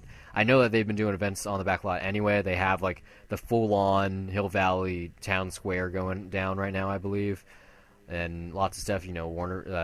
Lego Dimensions has the Marty McFly set, and there's gonna be like a new short film starring Doc Brown, and just a lot of stuff. They're trying to capitalize. It makes sense. It's a big franchise. Yeah, I mean, aren't we? Isn't the hoverboard supposed to come out this year? There is a hoverboard that I know Lexus it makes. exists now. Yeah, Lexus makes one. The catch is that it's like powered by what is it? It's like liquid something, and you need a copper surface or like a metal surface to use. It's gonna cost a pretty penny. Too. You're not gonna be able to buy one for a while. Like this is a premium object, and like I said, it only works on certain surfaces, aka none. But you can watch videos of it. It looks really cool. To be honest, everyone says they would like a hoverboard, but if you were riding one, someone would mug you. I don't want a hoverboard necessarily. I'd like a hover car or just the flying car. That's not happening. That's what I want. Look. When you're drunk and you're Hoverboard, that's driving for high school and you're kids. stuck on the ground, you can only hurt other cars like poles or fire hydrants. If your car can fly, you can drive into someone's house. And so, because you can't control negligence like that, All right, but it's then, the reason then why it'll you be would like, never have the technology out there. But for then the you'll mass have public. autopilot, but then it'll be like Minority Report where you have autopilot cars. I'm sorry, if your car Come on, man. if your car could fly, would you ever put on autopilot? No. Your car would be smart enough at that point to know whether you're intoxicated. I just don't see it happening. Just saying. No, I see it happening. Who knows? Technology will be so smart that it will be watching for our own safety. Well, it already does at that. some point, Cars already yeah. do that. Most cars that are released, not most, but a lot of cars now have camera sensors and whatnot that will put on ABS if you're getting close to stuff. We are in the Well, future. yeah, but how many people have that? It's like not top of the line stuff. Obviously, like the Teslas cars have the Model S, the Model X. Those are pretty expensive cars. But even stuff like Hyundais and Mazdas, I believe, have it. Like if you're buying a new car and you're spending $30,000, your car is probably going to have it. It's most definitely having a rear view camera for backing up, and some of them even have front facing cameras for going forward, which doesn't make sense. And if you have an electric car like the Volt or whatnot, like it could have autopilot just made as a over the air upgrade. That's all I got though for this week. It's a pretty good one. So Yeah. outside viewing, what did you watch this week? I'm sure you did a lot of stuff since you're leaving. Yeah, no, I watched a few things. Let's see. Wow, I'm not prepared for this. What did I watch? Oh, So that's why I write it down. yeah, I saw the. I don't know if what's it called, the special edition or no signature edition. That's the official title of it for the Iron Giant. Oh yeah, you did which was you did it on yeah. Wednesday, right? Yeah, I went to AMC to see that, and that was really cool. You had the new scenes, right? Yeah, which it's a couple deleted scenes that are already on the DVD, but on the intro, Brad Bird always talked about wanting them there, and you don't really need to have them there. It's just there is one scene in the diner that's like a good 30 seconds that I don't know. I just felt like I don't need it. It's cool to see it, even though, and it blends in pretty well with the way that it's animated, which I'm sure that a lot of it's probably there's some Photoshop used in there and whatnot. Uh-huh. Like it blends in fairly well, but if you look real closely and want to nitpick, you can tell. But also, I don't. What bothered me was that I could tell the difference in the audio quality just based on the voice, and I'm guessing that they brought in an older Jennifer Aniston to dub in for that, or I don't know, maybe it was just someone that sounds alike. Wait, did Jennifer Aniston voice the kid in that movie? Yeah, she voiced the mom. No, I thought you were talking about the Yeah, kid. I was like, that's not the kid. no, I mean, no. they do that on TV shows. Like, oh, Yeah, no, women do that, but yeah, that's not Jennifer Aniston. The one sequence that I wanted to see that I knew about that is on the DVD. What is? Yeah, it's a dream sequence where you get a bit of the Giant's origins. it's like or on you his just planet, get right? hints of His it. home planet.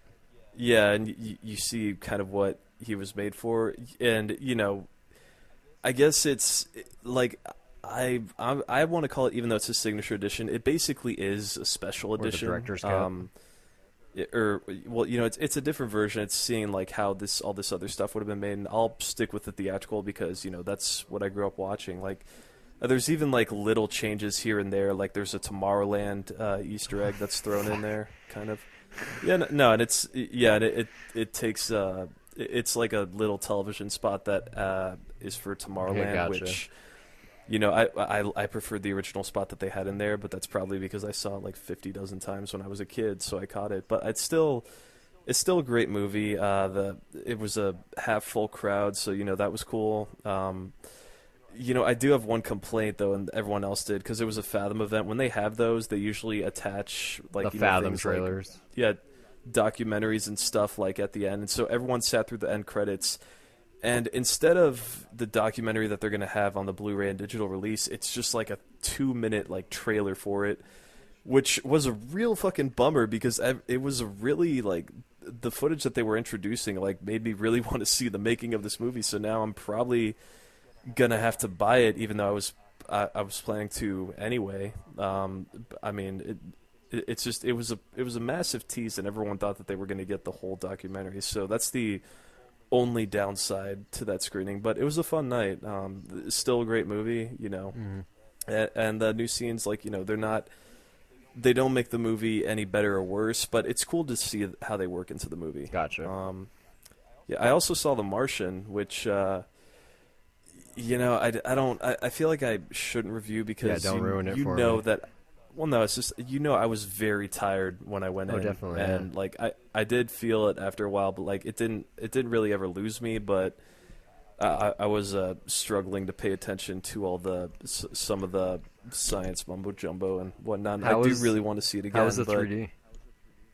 It was really good. I don't know if it's really it might not necessarily be a requirement, and also my glasses were insanely dirty too. Awesome. Like I even took like the glasses that I have underneath the 3D glasses, like I took them off a couple times, and it sucked because the 3D was noticeably better when I took off my glasses, but then it was a little less sharp because I didn't have my glasses on. But there are some beautiful shots of Mars, just the landscapes of wherever they shot. The shots in outer space look great. Like there's a lot of really good looking stuff. I don't want to say it's like a 3D spectacle that is it's not like every single scene reminds you of just how It's not Avatar. how important the format is, but like there's if you like appreciating the small details, like even just in dialogue, boardroom scenes, and the way that the camera's positioned so that you can see the entire room. It's just something about native 3D cinematography that I just feel like it feels like a touch more real to me than like how they manipulate objects when they convert. Oh no, we like, talked about this during the Terminator review. I couldn't tell that was post-conversion. I thought it was really good. Like there was a couple of shots. like there's post-conversion can look absolutely great, but it's like I don't know, And probably it's because I know this stuff going in because I do look on IMDb, which the walk apparently even it was designed for 3D the whole time, but it wasn't shot native. But that's not a problem because if they know that they're Yeah. shooting it, then they can just keep the measurement. Yeah, So they you can still plan it. like as long as you But- have a file that says, oh, like this is 5 feet from this, then like it almost makes no difference. Yeah, but seeing it back to back, it's something about just looking at simple objects or just the way that a person stands, and it looks more like a real tactile person. Whereas in post convert, there's still something about it that feels like as accurate as it is, might be just a tiny bit fake. Like it's more like the best way for me, I guess, to put it is like native is closer to objects in reality, whereas conversion is close to looking at objects when you're dreaming. That makes sense. I mean, and I don't know. It's just, I'm not complaining about the way it is in the walk, but there is just something. It just feels like those like nice little details. Like I just feel it more, I guess, when it's native, and I like that Ridley Scott has been shooting native for a while now. Like he Prometheus did was that with 3D, Exodus. Yeah, that was native, and that looked beautiful. I meant native. Yeah, those opening shots of that film were amazing. Like I remember I was seeing, especially that waterfall. Yeah, just when I watched that, it's insane. And I had the sneak peek for Life of Pi, I knew I had to see Life of Pi just because like the 3D was so good in both. Like I kind of miss that. Like they don't. Like we were talking about earlier, how like this month is kind of like a resurgence in natively shot 3D films or like big, like 3D films anyway. Pan also is apparently post converted. Oh, it's post? I thought that was native. It's post, but planned for 3D.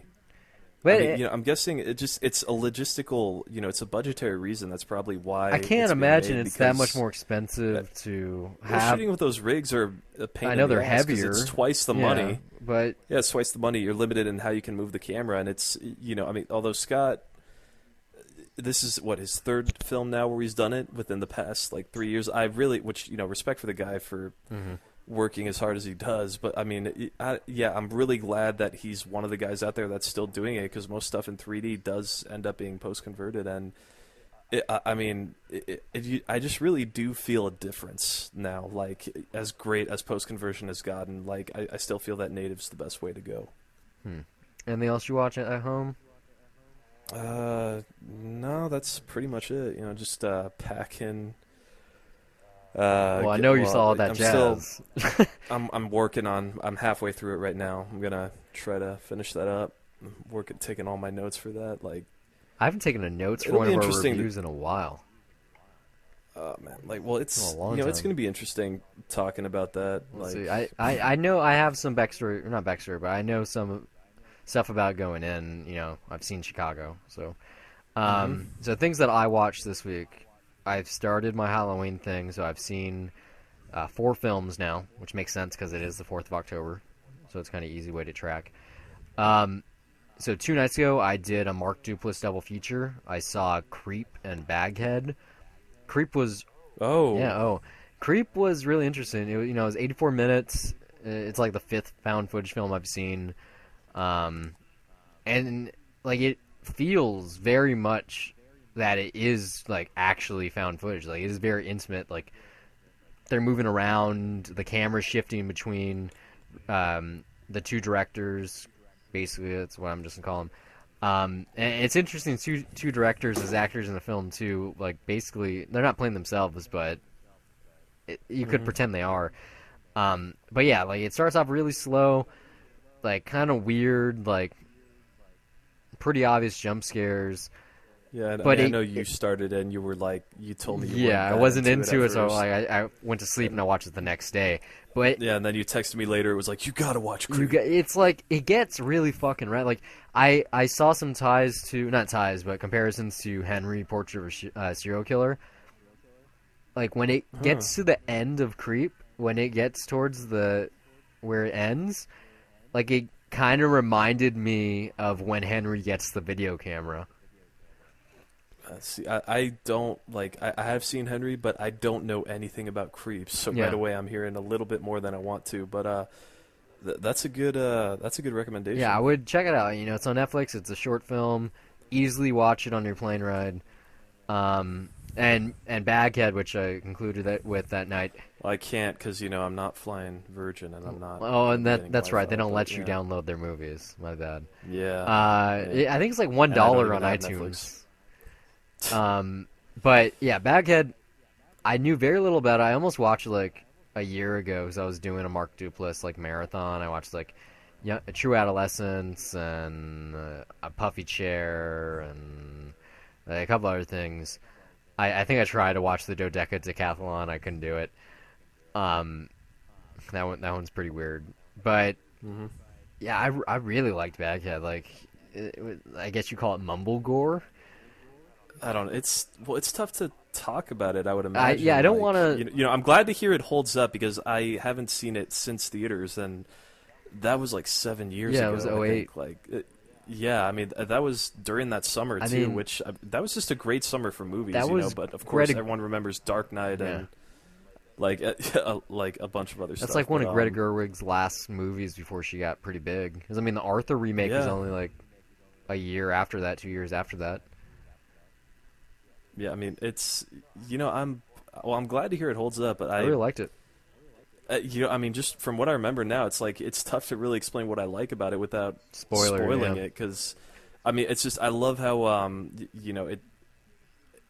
Yeah, it's not quite within that genre of horror, but I mean, then it is, but it and is then like it isn't. it's a very Like- much so a mumblecore movie, but Yeah. it has like that cabin in the woods feel to it, like Oh, yeah, within the it just genre, has that unnerving and then vibe, it also yeah. has like genre convention, like not dialogue, but like dissection, I guess you could say. Like it kind of just the general. yeah, it tropes goes and, into like, the tropes and the cliches stuff that and everyone is familiar with. having a group of wannabe filmmakers working on a movie. Like it's a good setup, and like the directing's really good, and I really like the camera work. Like it created some really intimate moments. I like the framing structure where you have like a film festival where they're laughing about how bad the mumblecore movie is, and then it's a mumblecore Yeah, what was it movie. again? Like we are. Yeah, we are I think naked, that was called. and all you see is them taking their clothes off, like hugging in the rain. Oh man, I want to watch that again, man. Like, It was good. fuck, Like it's hard to believe that was 7 years ago. I really liked it. Like I wish Damn. I'd seen it when I did like the other movies I saw, but I was like a horror film, and I wish it wasn't described that way because it really isn't. Like it has like- some like unnerving moments, but it's Yeah. just it's kind of what you have to, because it's not mumblecore straight on. Like it definitely has some mysterious, like kind of spooky, almost thriller stuff going. But you Yeah. know, like if you want motivation to watch it, like if you don't like Mark Duplass and his brother's films, then maybe you won't be for it. But if you just want like some straight up reason, here's two. Number one, Greta Gerwig's tits are in it, and number two, Steve Zissou from their show Togetherness on HBO is one of the stars, and he's really good. He basically plays the same character. So if you Yeah. like the themes on that show, or you like him, which I do, like it's Like, fine. I've only seen the TV spots for that show, but Same- same yeah, character. you get that sense right away. Yeah, he's yeah. unsuccessful actor who's out of weight, balding, who's a really good guy, Mm-hmm. but doesn't have luck with the ladies. After 7 years, nothing has changed. No, he has less hair now. I'd check out that show. It's that's interesting. The final thing I watched, and we could talk about this for like 30 minutes. Let's try not to. I saw Brain Dead last night, or Dead or Alive, whatever you want to call it. Oh, man. Peter Jackson's gore masterpiece. I kick ass for the Lord. It's like it's called the most, like the final scene anyway has like the most blood The per most blood second ever. I think that was topped by Kill Bill. Or, I don't think so. No, most blood per second in the frame, or most blood ever used in a movie. I think ever Kill Bill is like 3 times as long, so that's not really fair. Yeah, that's not per second. I think it's per second, but like when he gets the lawnmower at the end, I read that's 5 gallons of fake blood per second, or like per minute. Per minute, yeah. Like that's insane. We've talked about this. I love, not necessarily gore, but I love violence on screen. And Evil Dead is one of my favorite movies. I like that outlandish like body horror, Hmm. heads exploding type stuff. Like I love RoboCop. This the gore and the effect work in this movie was so good that I felt uneasy in some of the scenes, especially towards the beginning, like some of the pus going off and stuff like that. Oh Like yeah, if that it, custard yeah, if scene. it makes me feel a little queasy, I feel bad for most people. It's a good thing that this is impossible to find. It costs like $55 for a DVD on Amazon. Oh, seriously, you can't stream it No, anywhere? I don't think so. No. Oh my, that Yeah, it's sucks. like impossible to find on the internet Like, too, oh or man. not. I mean, legally. Okay. All right. Uh, but like this is basically Evil Dead 3. Like if Army of Darkness didn't exist, like this has You almost could the see it as a follow-up exact to Evil Dead same. 2. Yeah, this almost Yeah. has like the exact same tone Evil Dead 2 has. It's like half of it is campy, over the top humor. The other half is like aggressive gore, and it's like melded together so successfully. Except this has like a little bit of a like romance subplot going through it, and some weird mommy issue stuff. But like Yeah, it's we it's just really. we talked about this forever ago when I said, how was it that Peter Jackson directed Yeah. Heavenly Creatures and then he made big budget adaptations and that's it? I watched the movie I he don't. saw before Heavenly Creatures now, and I can't believe it even more. Like, how do you make The Frighteners, Heavenly Creatures, and Brain Dead, and then go, you know what? I'm good with making 6 Hobbit movies and King Kong and The Lovely Well, Bones. keep in mind at the time it was 3 Lord of the Rings movies, and then it's probably with King Kong that started to where he got more locked into doing bigger Okay, stuff. look, I but really that- like the first Tintin yeah, movie. His at least next with- movie is a Tintin movie. Okay, so Yeah, yeah, he's doing the next one, which means Steven Spielberg's producing this time. everyone's getting locked into franchises, man. We talked Well, I'm about okay this, with like, with but, Tintin. Like I said, I like that first one, yeah. but I mean, with I want to say that at least with Lovely Bones, he was trying to do something different. Like in a perfect world, that would have been a great movie. maybe if Del Toro would have made The Hobbit, and then Jackson would have gone on to continue making other stuff. Probably even Tintin too, because well, yeah, it's supposedly they were happening. closely like working on that creatively since the beginning. But like, he needs to seriously go back to making his own shit because I used to think I didn't like him because of his work on The Lord of the Rings. But every time I see something of his that's original now, and I've always loved The Frighteners, it becomes a movie that I really, really like. And it's a very apparent that he has a wide range of control over genre. Like, I have to see his 2 first films, Bad Touch and Meet the Feebles. Meet the Feebles is like a super black musical comedy that has like the X-rated Muppets on it, basically. Like, that sounds perfect for me. So I need to see these 2 films. I might even just add them to this Halloween, even though Meet the Feebles doesn't really meet the category. Well, I need to see those 2. I haven't seen Frighteners yet either. Oh, you gotta I see know, Frighteners. like everyone's told me. I really want to. Great, I mean, great. yeah, it's always shocking though. Like especially Brain Dead, or I call it Dead Alive. But yeah, I saw that right after I saw Lord of the Rings for the first time. And that fucked my head as a kid, but I I bet. think it was really, yeah. I'm kind of on a similar boat because Heavenly Creatures made me like when I saw that I was really like, just where is this guy? Seriously, like, he has so like, much talent. Like, I don't get, like, I get it. Okay, if Yeah, you it's like, I love love the Lord, King if you Kong, love but- Lord of the Rings, then the idea of making the best adaptation possible, like, that's probably a wet dream. Like, I get it. Okay. Yeah, but it's But- like the Hobbit movie specifically. That's like that's all filler. That's just that's basically fan service. It's not, they're not the works of cinema that the Lord of the Rings trilogy is. Like that, those are like really those movies were a game changer. Like they are just fucking iconic. Like that's just perfect. That's just Jackson like going all out and trying to make the best fucking movie possible. Like and we haven't really seen that guy since then. Or since I love King 1996. Kong, but that was no. You really don't like Lord of the Rings that much, do I you? just I'm not really one for fantasy, especially deep fantasy like yeah. that.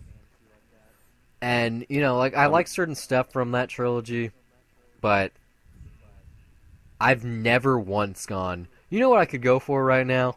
The Lord of the Rings. Just never, yeah. not even once. No, I still those are Even the great trees walk in epics. those I think. Yeah. movies. Yeah, and it's fucking awesome. And they A get movie after managed to all make that trees shit, they get walking all pretty the way awesome. to Yeah. Mount Doom, and Frodo just goes, "Oh, back to the Shire now." Yeah. That's my Randall Graves impression. No, and that. What do you honestly think that though? I do honestly think that shit.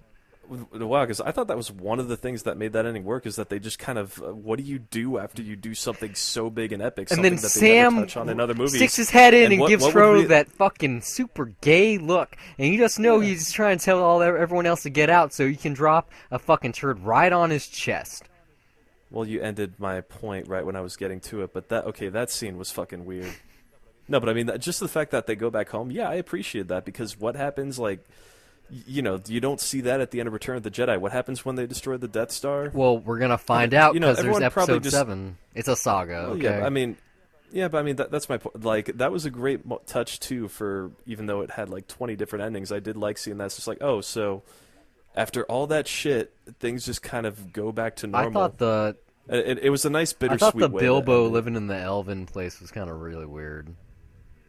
Yeah, that was just kind of Like that yeah. that's Trying to in tie the it in novel. for everybody. I don't but, know. Who the yeah, fuck knows? But yeah, back on Brain there's a Dead. lot of payoffs. I can't recommend this movie to most people because, like I said, if you don't do gore, it's not a scary movie at all. But if you don't do gore, you'll fucking It's just hate it. It's pure shock Yeah, value. you will Like, hate this movie if you don't like gory movies. And I'm not talking like, I don't know, like the Dawn of the Dead remake. Okay, that I'm not talking like that. No, or like no, like, watching because The that's Walking intense Dead, beyond that. or thinking of something else. Like, It's literally about just sitting there and watching the most disgusting. yeah, thing happen.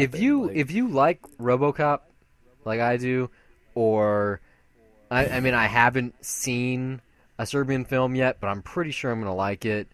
Okay, but that's sadistic though. That's like this is at least comical. Like it's not But trying to make it's you. like It's trying to make. It's being disgusting, but it's doing it in a way to make you If laugh. this- It's not trying to make you feel like a sick fuck. if this movie didn't have its score, it's like super like comical characters and funny moments. If it was just the gore, even though it's done in a very tasteful and comic manner, it's like just the creativity involved could make someone throw up.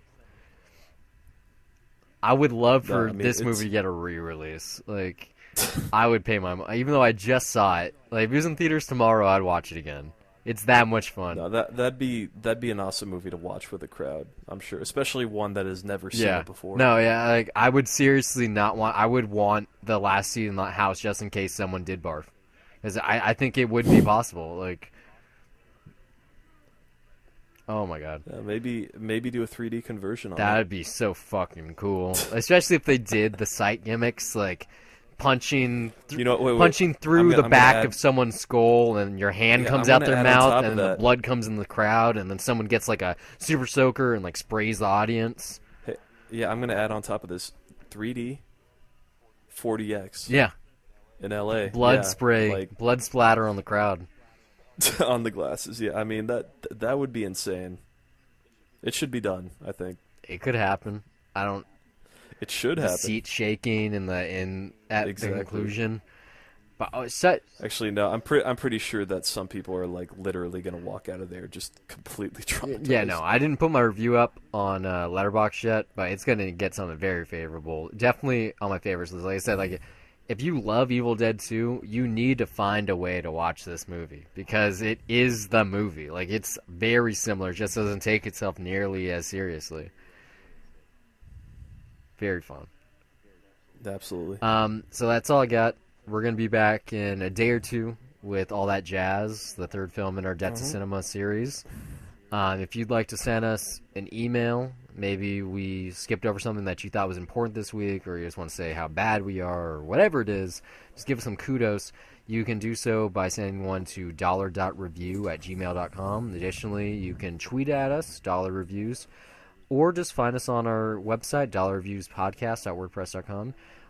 Comment anything there, or, like our Facebook page. Anything works. All right. Thanks for listening.